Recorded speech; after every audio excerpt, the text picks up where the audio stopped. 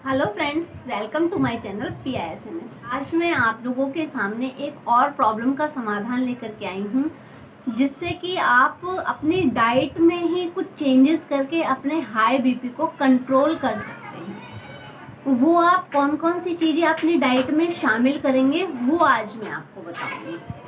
देखिए, सबसे पहली चीज़ तो आपको अपने दिन की शुरुआत आंवला पाउडर से करनी है। आंवला पाउडर कौन सा लेना है, कितना लेना है, कब लेना है, किस तरह के पानी से लेना है, इन सभी चीज़ों पे मैं वीडियो पहले ही बना चुकी हूँ, जिसका लिंक मैं डिस्क्रिप्शन बॉक्स में ज़रूर दे दूँगी। आपकी इच्छा हो तो आप देख लेना। दूसरी चीज़, आंवला लेने के बाद आपको फ्रेश होके आना है, जिससे कि आपका पेट खाली हो। और पेट खाली होने के बाद आपको लौकी का जूस पीना है। लौकी यानी कि घिया का जूस पीना है। खाली पेट इसलिए पीना है क्योंकि खाली पेट जब आप कोई किसी भी चीज़ का सेवन करते हैं तो आपके शरीर में बहुत जल्दी उस चीज़ का असर होता है।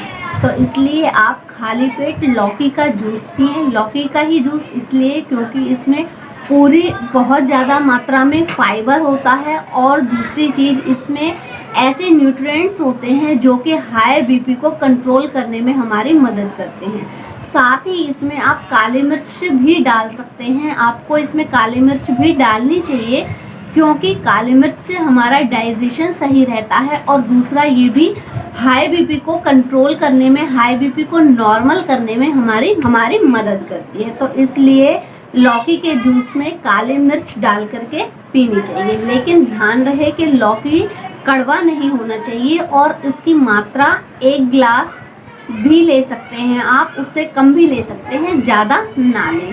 काली मिर्च कितनी डालनी? काली मिर्च अपने टेस्ट के अकॉर्डिंग डालें। आधी चुटकी काली मिर्च डाल सकते हैं, 2 चुटकी डाल सकते हैं, 1 चुटकी डाल सकते हैं, जितनी आपकी इच्छा हो उतनी काली मिर्च डाल सकते हैं आप। तीसरी चीज़ आपको क्या शामिल करनी है अपनी डाइट में? तीसरी चीज़ शामिल करनी है खट्टे फल। खट्टे फल में विटामिन सी होता है, जो कि हमारा जो मेटाबॉलिज्म रेट होता है उसको सही करता है।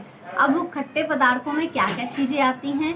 एक तो नींबू आता है, दूसरा किन्नू आता है, तीसरा लस्सी आती है, चौथा संतरे आते हैं। इनमें से आप अपनी डाइट में कोई भी चीज़ शामिल कर सकते हैं। अगर आप चारों ही चीज़ों को अपनी डाइट में शामिल करते हैं तो बहुत ही अच्छा होता है। तो इसलिए अपनी डाइट में इन सभी चीज़ों को शामिल कीजिए, जिससे कि आपके हाई बीपी को कंट्रोल करने में आपको मदद मिले। सुबह के नाश्ते में आप केला ले सकते हैं। केला किस लिए ले सकते हैं? केले में पोटेशियम की मात्रा बहुत अधिक होती है, तो इसलिए केला जो है वो सोडियम को आपके शरीर से बाहर निकालता है, और जब शरीर से सोडियम बाहर निकलता है तो हाई बीपी अपने आप ही नॉर्मल आने लगता है। तो इसलिए आप नाश्ते में केले का सेवन कर सकते हैं। आप अपनी डाइट में लहसुन को भी शामिल कर सकते हैं। लहसुन इसलिए क्योंकि ये खून को पतला करने का काम करता है, और जब खून पतला होता है तो हमारी जो ब्लड वेसल्स हैं उन पर दबाव कम पड़ता है। तो इसलिए आपको अपनी डाइट में लहसुन भी शामिल करना चाहिए। साथ ही आपको बीन्स भी शामिल करनी चाहिए अपनी डाइट में। बीन्स कौन सी? यानी कि फली। अब वो फली कौन सी हो सकती हैं? देखिए, फली में सबसे ज़्यादा प्रोटीन पाया जाता है, फाइबर पाया जाता है, जो कि हाई बीपी के पेशेंट के लिए बहुत ही अच्छी होती है।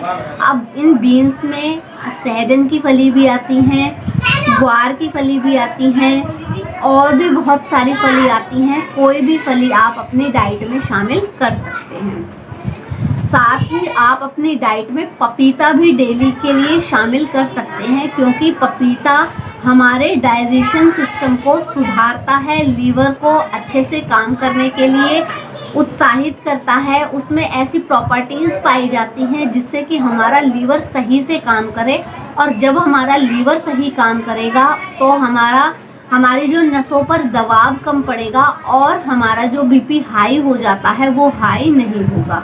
अब आप पपीते को कैसे खाएं? पपीते को 100 ग्राम से लेकर के 250 ग्राम तक रोज़ खाया जा सकता है।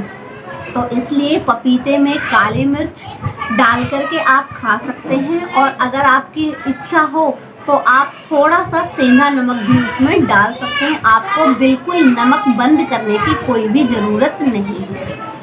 साथ ही आप अपनी डाइट में पालक भी शामिल कर सकते हैं, क्योंकि पालक में हाई फाइबर होता है, कैलोरी होती है, जिसकी वजह से तो इसलिए ये आपके हाई बीपी को कंट्रोल करने में भी आपकी मदद करेगा। साथ ही दिन में एक बार जब आपकी इच्छा होती है चाय पीने की, तो उस चाय की जगह आप गुड़हल की चाय पी सकते हैं। अब वो गुड़हल की चाय आप बनाएंगे कैसे? गुड़हल का एक फूल लेंगे आप। सिर्फ गुड़हल के फूल कैसे होते हैं ये मैं आपको पिक में दिखा देती हूँ। सिर्फ एक ही फूल लेंगे और उसमें 1.5 कप पानी डालेंगे और उसको इतना उबालेंगे कि वो 1 कप रह जाए। अब आपकी इच्छा हो तो आप ऐसे भी पी सकते हैं, आपकी इच्छा हो तो आप इसमें थोड़ा सा शहद भी ऐड कर सकते हैं। अगर आपको शुगर की प्रॉब्लम है तो आप शहद ऐड ना करें, गुड़ भी ऐड कर सकते हैं आप इसमें। गुड़ भी बहुत ही अच्छा होता है हाई बीपी के। साथ ही आप अपनी डाइट में अदरक को भी शामिल कर सकते हैं। अब आप अदरक कैसे लेंगे? आप अदरक किसी भी रूप में ले सकते हैं, क्योंकि अदरक का काम भी हमारे डाइजेशन सिस्टम को सही करना होता है, मेटाबॉलिक रेट को इम्प्रूव करना होता है। तो इसलिए खाने के बाद थोड़ा सा टुकड़ा आप अदरक का खा सकते हैं, खाने से पहले भी खा सकते हैं, या फिर पानी में उबाल करके अदरक को ले सकते हैं। आप किसी भी रूप में अदरक को शामिल कर सकते हैं। साथ ही सबसे लास्ट में मैं आपको बताऊंगी फ्लैक्स सीड्स, यानी कि अलसी के बीज।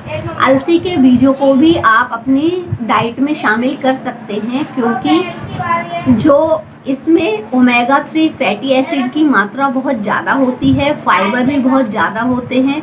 तो इससे आपकी जो भूख होती है वो कंट्रोल हो जाती है। साथ ही आपको बार बार कुछ खाने की इच्छा नहीं होती है। कई बार बहुत ज़्यादा खा लेने की वजह से भी बीपी हाई हो जाता है। तो इसलिए आप इन चीज़ों को शामिल करके, जो मैं पहले भी वीडियोस बना चुकी हूँ उनमें भी आपको एक्यूप्रेशर पॉइंट, क्या खाना है क्या नहीं खाना है, बहुत सारी चीज़ें ऐसी बता चुकी हूँ जिससे आप अपने हाई बीपी को कंट्रोल कर चुके हैं। मैं आपको वही चीज़ें बताती हूँ जो हम खुद यूज़ करते हैं, क्योंकि किसी भी इंसान को कोई भी चीज़ तब तक समझ में नहीं आती है जब तक कि वो खुद उसे यूज़ ना करे। तो इसलिए खुद यूज़ करते हैं तब आप लोगों को एडवाइस करते हैं। तो इन चीज़ों को कंटिन्यू करके देखिए। आप लोगों के कमेंट आते हैं मेरे पास कि असर नहीं हुआ। असर क्यों नहीं होगा? असर ज़रूर होगा, लेकिन कंटिन्यू तो कीजिए। किसी भी जो भी मैं चीज़ें बताती हूँ उनको 3 महीने लगातार यूज़ कीजिए। किसी को जल्दी असर हो जाता है तो किसी को थोड़ा सा टाइम लगता है असर होने में। तो इसलिए बिना किसी भी प्रॉब्लम के, बिना किसी भी झिझक के आप इन चीज़ों को यूज़ कीजिए, आपको 100% रिजल्ट मिलेंगे। तो थैंक यू फ्रेंड्स, फिर मिलते हैं अगली वीडियो में। मैं आप लोगों से बहुत माफ़ी मांगना चाहती हूँ, क्योंकि मेरे क्लिनिक के बाहर, मेरे सेंटर के बाहर बच्चे खेलते रहते हैं, जिसकी वजह से बहुत ज़्यादा डिस्टर्बेंस होती है, आवाज़ में बहुत ज़्यादा डिस्टर्बेंस आती है पीछे से। तो उसके लिए सॉरी।